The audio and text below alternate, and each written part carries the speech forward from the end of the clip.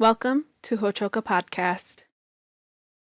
Few things are more arresting than the smell of burning sweetgrass, according to Dr. Damian Costello. He says reconnecting with this relative, which some people call the hair of Mother Earth, can help re-indigenize our faith and heal wounds that affect our planet. Hello, Mitakiepi, and welcome to Hochoka, here at the center of St. Joseph's Indian Schools campus. I'm Scott Wooster, today's Hochoka host. We're glad you have joined our circle to hear Dr. Damian Costello. He joins us to bring another fresh perspective on Catholicism through an indigenous lens. Today we explore the fragrant holy grass, also known as sweetgrass. Welcome, Damian. Thanks, Scott. Good to be back. Awesome to have you back in Hochoka once again. Mm-hmm. So we're gonna lead off with a pretty simple question. I just want to talk about sweetgrass and what it is for our viewers who might not be familiar with it. Sweetgrass, if you're not familiar with it, you actually are, because it smells like a very intense version of the mowed grass you've smelled since you were a kid. I can remember when I first picked up a braid of sweetgrass and smelled it. I'm like, oh yeah, that's what my neighbors across the street, their hayfield smelled like when it was cut. Very intense grass smell. Now, it's one of the 4 sacred medicines, along with tobacco, sage, cedar, and is burned to purify, to cleanse, to make sacred. But it's sort of the medicine that sort of sits in the background a bit, you might say. You know, we're familiar, you go to Sundance, you go to Inipi, and cedar and sage are very prominent, always being burned. Sweetgrass, not so much. You know, you see it in the dashboards of cars. It's occasionally burned at healing ceremonies, or I should say often, but it's not as common in daily practice. Okay. Yep. And I think if you're, as somebody who's been at St. Joe's for a long time, of course, it's just kind of a fixture of what we have here. So I see it. You see it quite often here, and it's burned occasionally here. And have seen it at ceremonies too, but some people wouldn't be familiar with that. So I think that's helpful. So when we first talked, we first met in season 1 of Hochoka, and we visited quite a bit about Black Elk. He's the Lakota Catholic catechist nominated for sainthood in the Roman Catholic Church. What do you think his experience or his idea of this would be of this fragrant holy grass? Well, a lot of people know about Nicholas Black Elk through the 2 books that he collaborated with, Black Elk Speaks, which is the story of his life up to Wounded Knee, about 25 years old. And then the other classic, The Sacred Pipe, which is his account of the 7 sacred rites of the Lakota. You know, so if you want to learn about the Sundance or an EP with Vision Quest, that's a book you'd go to. And so in that book, he recounts prayers throughout it in songs.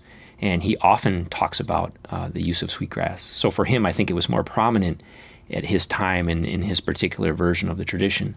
And I love how he prays with sweetgrass. For him, he talks about bringing all the relatives together.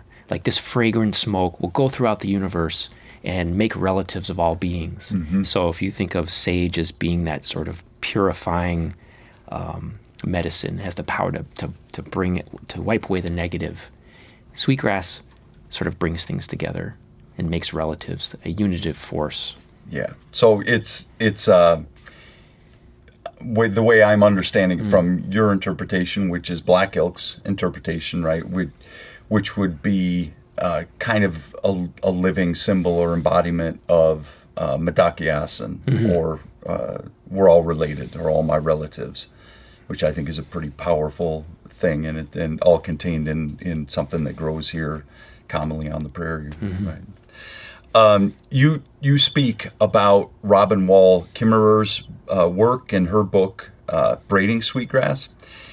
What insights that she has in that book, what can that impart, or what can we learn from her work talking about that, this pretty amazing plant? We did a few podcasts for that, just talking about her work. Robin Wall Kimmerer has been, at the forefront of sort of bringing indigenous wisdom, particularly relating to ecology and the use of plants into the mainstream and helping us to think about plants as our relatives, right? We hear that in ceremony in the Lakota way, but she's bringing that to average people. And sweetgrass is the main relative and image that structures her conversation. She uses the story of the Anishinaabe story of Sky Woman to sort of start off the whole book. And briefly, she falls from the sky world and reaches out and grabs the tree of life, and in her hands falls with some of its foliage. And the animals rescue her. It's just a water world at this point. Muskrat brings up some earth, puts it on Turtle's back, and that becomes Mother Earth. And from those seeds, sweetgrass is the first plant and is called the hair of Mother Earth. And so in the Anishinaabe way, that's sort of their version of all our relatives, right? I loved how you captured that it embodies that spirit of bringing all the relatives together. Yeah, and that story does too, as well. I had not heard that until today, so I appreciate hearing that story. And that's in the book? It's in the book. That's how she starts the book. And it reappears throughout the book, sweetgrass. One of the unique things about sweetgrass is that it needs human interaction to thrive. We, by default in a Western way, we think anything humans do is going to impact the earth in a negative way. We often do. We are literally destroying the earth. But we know the wisdom of the elders in indigenous ways. Human interaction is necessary for the earth to thrive. If you make relatives, if you honor and you make gifts to our relatives and to the earth, they reciprocate with gifts. And so in sweetgrass's case, it needs to be harvested in order to thrive. If you don't, other species will come in and sort of outcompete it. And so one of the experiments that one of our students did was proving this to a very skeptical scientific university, that actually picking it helps it thrive, and that native communities that use sweetgrass are the places where sweetgrass is found the most. Okay. And I would that's such an interesting concept. I hadn't thought of it in that way, and I've been a guy who's been down on all fours in fields cutting sage before, sage plants, and of course you don't pull it up out of the ground. You cut it so that it continued to flourish, but through that interaction, it helps it thrive because it continues to grow, and it's the same for sweetgrass, which is very interesting. If we use something, we need it, and if we need it, we take care of it in an indigenous perspective. We honor it, and we love it. And so if we honor those teachings, never take the first that you find. Only take half of what you find. Make a gift, make an offering. You provide the ways for habitat to increase. Now, unfortunately, even in native contexts, we're overexploiting at times. But to come back to those teachings and to make them our own means that by interacting, by harvesting, we're actually contributing to the thriving of the ecosystem. Right. One of those almost counterintuitive things in a way, almost like setting fire to the prairie in the old days in order to heal the land, which seems, if you explained it to a 4-year-old, I'm not sure they would understand that, but if you explained it to somebody who understands fires and working the land, they would get that completely. And it falls. Great point. And she brings that up. And another little tiny nugget that's relative to the things we talk about. There's saliva in bison that when they eat grass, it helps stimulate growth. So there's that. It's not an accidental relationship that the buffalo have with the grass, but they actually contribute through their consumption of grass to grass flourishing. Yes, and so this is great because now we're going to unpack something that is a little tricky for me to understand. And you approach things, as we said in the introduction, as a Catholic man seeing your spirituality through an indigenous lens. Is that fair to say that? Yes, very fair. So in my mind, I have trouble with that juxtaposition a little bit, and I think I can work my way around it if it's explained right. And I think that's what I'm calling you to do here. So if in my Catholic upbringing, I've read the Bible. Genesis explains what happened in the Garden of Eden, and we have this piece that says that there's dominion of man over everything, over all animals, over the earth. And maybe that's a simplistic way for me to say it, but for conversation's sake, let's say it that way. And it worked when the colonization was happening too. Hey, this is ours. We're man, and we can take over whatever we need to. But we're talking about this symbiotic relationship where everything works together down to these minute details, like bison saliva, right? So how does that juxtaposition work? Does the question make sense? It absolutely makes sense, because I had the same experience. I've always been attracted to indigenous cultures and ways of knowing, and found them very inspiring, but had trouble looking at my own tradition that I grew up with. And I can remember a cousin sort of needling me about this, right? Because he knew I was Catholic and took it seriously. He's like, "Oh yeah, Genesis, right? God gave dominion over the earth to Adam and Eve. Take it, do whatever you want to it, trash it. It's yours," right? And sort of calling me on that. And that's something that I struggled with.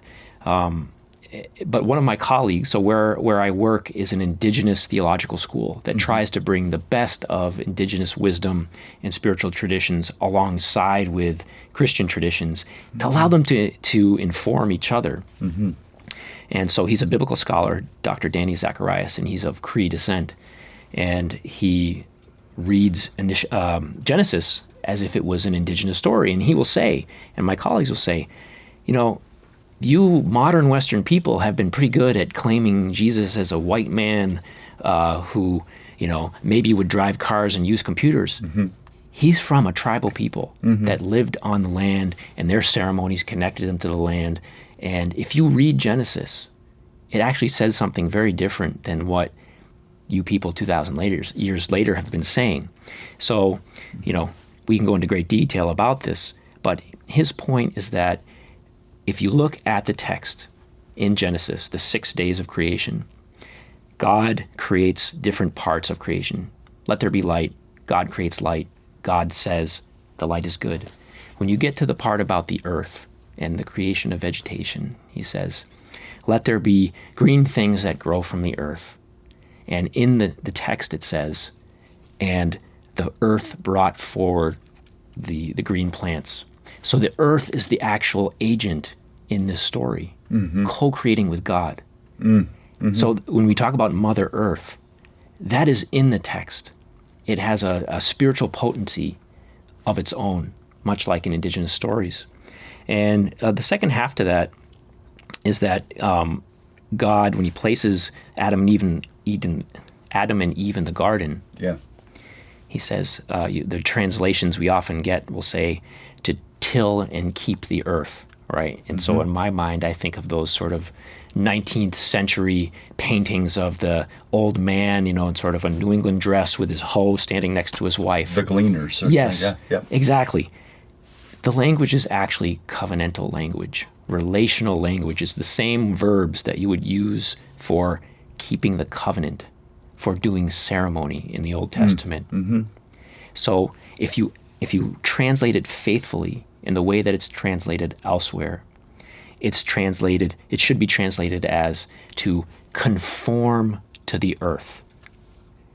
So that flips the agency all around. It does, yeah. You're not taking care of it or dominating it. You're placing it yourself in its care, and you become like the earth, just like you conform yourself to God's sacred teachings. Not a list of rules that you sort of arbitrarily keep, but you conform yourself to a relationship with the Creator. So I love that way of seeing things, because as I said in the header to the question, it's oversimplifying things. And in the way I put it, it's not an either or question. It's almost always more complex than you would immediately think. And the way that you've explained that, for me, is something that I can take with me. and it's hard, like you said, it's hard to understand in this modern frame of reference where you have to have it one way or the other. You can't love the earth and at the same time have dominion over it and build resorts and drive your car. And are you an environmentalist or are you not? I mean, that's a kind of a different way of looking at that whole thing. But as you and I sit here, we're literally on land that belonged to the Oceti Sakowin, to those people. And you'll hear that often in taglines when people are presenting at book festivals or when they're lecturing or that kind of thing. You'll say, I'd like to acknowledge that we're here on this land that belonged to the Oceti Sakowin at one time or another. And I got to thinking about that. Any member of the Oceti Sakowin would tell you it never belonged to anybody. This land was never, we were never here to, I wanted to jump and say, yeah, we were here to caretake or steward this land. And you mentioned the image of somebody, with a rake and a hoe, and now it would be somebody driving an air-conditioned John Deere tractor through a field. It's not about caretaking or being a steward of the land. It's about living in harmony with it in some way, not owning it and understanding. And just to hammer the point home, you're saying that the interpretation that you see in Genesis, and you've read and you've heard it from other people as well, is not that there was ever any kind of dominion, caretaking. I shouldn't say that. Caretaking might be too strong a word, but there was never any piece where it was ours to do whatever we wanted to do with it. It was about, if you read it in a different way, you see it. So once in a while you get shown the light in the strangest of places if you look at it right. Okay, and that's your spin on this, which I really like. I love that you bring up the land acknowledgments and that proper association with the land, right? That we're not pointing back to sort of the original owners. We're pointing back to the original relationship that the first inhabitants had with this land, right? Of relationship, of caretaking, and being taken care of. So essentially what we're doing with the Bible, so to speak, is we're taking it into that context. We're taking it into the context of, say, the Sundance Circle and reading it from that perspective. Yep. And what comes out of it even further, there's all these passages in it that we never talk about that replicate a lot of Lakota prayers. There's these long passages where all of creation is praising the Lord. The trees, the mountains, the oceans, all the different wild animals. Yep. They have the same agency as humans. And we know in Lakota way, the stories, the songs constantly talk about the animals doing things that modern people think only humans can do. Right. So the idea with both, and this is why I think it's so easy, I'm saying this about you, but it's easy for you to blend the two, the Catholicism, the indigenous lands, is because they both had the same premise at the beginning. In practice, it wasn't always carried out the way that it should have been. Is that fair to say? It's fair to say, but I think there's also a lot of remnants we don't see directly, or maybe even never heard of. So sweetgrass, at some point, my family, we ordered some sweetgrass, we planted it, and we're like, all right, let's get to know this particular relative. I can't go back to the land yet and live off the land completely, but let's start somewhere. Right. And I discovered that it was also natives to Northern Europe, the same species. Okay. Hierocloe odorata. Yeah.